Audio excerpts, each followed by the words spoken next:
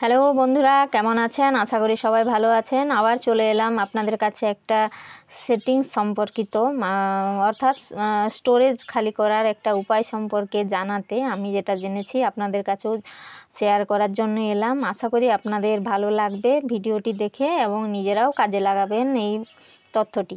তো প্রথমে এটা মূলত যে আমাদের স্টোরেজটা পুরোপুরি খালি হবে সেটা নয়, কিছুটা হলেও স্টোরেজ খালি করার পদ্ধতি অনেক আছে, তার ভিতরেও ধরুন এটা একটা পদ্ধতি। কিছুটা খালি হবে, পুরোপুরি হবে না। তো এই সেটিংসটা মূলত আমাদের সবাই প্লে স্টোর থেকে বিভিন্ন ধরনের অ্যাপস ডাউনলোড করি। তো এই অ্যাপসগুলো কিন্তু অনেক সময় আমাদের স্ক্রিন থেকে ইনস্টল করার পরেও কিন্তু কিছু কিছু অ্যাপ থেকে যায়, বা ওই সব অ্যাপগুলো কিন্তু অনেকটা জায়গা দখল করে থাকে। তো এই সমস্যাটার সমাধান করতে গেলে কিন্তু আমাদের প্লে স্টোরের একটা সেটিংস অন করে রাখতে হবে। তো চলুন স্ক্রিন রেকর্ডিংয়ের মাধ্যমে আপনাদের দেখিয়ে দেওয়ার চেষ্টা করছি। তো প্রথমে যাবেন প্লে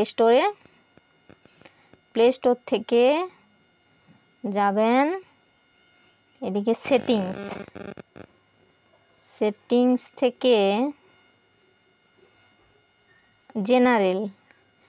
জেনারেল থেকে একটু নিচের দিকে স্ক্রল করবেন, দেখবেন যে অটোমেটিক্যালি আর্চিভ অ্যাপস বলে একটা অপশন আছে। এটাকে আপনারা অন করে দেবেন। এই রকম দিলে আপনাদের ফোনের স্টোরেজ সমস্যাটা কিছুটা হলেও এর সমাধান হবে, বা স্টোরেজ কিছুটা হলেও খালি থাকবে। তো এই অ্যাপসটা প্লে স্টোরে গিয়ে আপনারা এটা করে রাখবেন, অবশ্যই উপকৃত হবেন। আর অবশ্যই আমার এই সংক্রান্ত ভিডিওগুলো আপনাদের ভালো লাগছে জানি। প্রথমে একটা ভিডিও দিয়েছিলাম স্টোরেজ খালি করা যায় কিভাবে, ওই হোয়াটসঅ্যাপের সেটিংস। তো এটা ছিল প্লে স্টোরের সেটিংস। আর আশা করছি সবার ভালো লাগবে। যদি ভালো লাগে তাহলে ভিডিওটিতে একটা লাইক করে দেবেন আর কমেন্ট করে দেবেন। আরও যদি আপনারা কিছু এই ধরনের সেটিংস সংক্রান্ত কোনো আমাকে টিপস দেন তাহলে আমিও উপকৃত হব। তো এই ভিডিওটা কিন্তু আমার ফোনের করা নয়, এটা অন্য একজনের ফোন নিয়ে করা, ভাইয়ের ফোন নিয়ে। তো ভালো লাগলো নিশ্চয়ই। আর এই ধরনের ভিডিও পেতে গেলে কিন্তু আমার পেজটাকে ফলো করে দেবেন,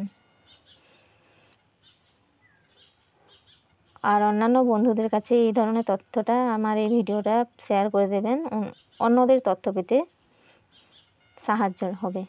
আশা করি ভালো লাগলো। সবাই ভালো থাকবেন।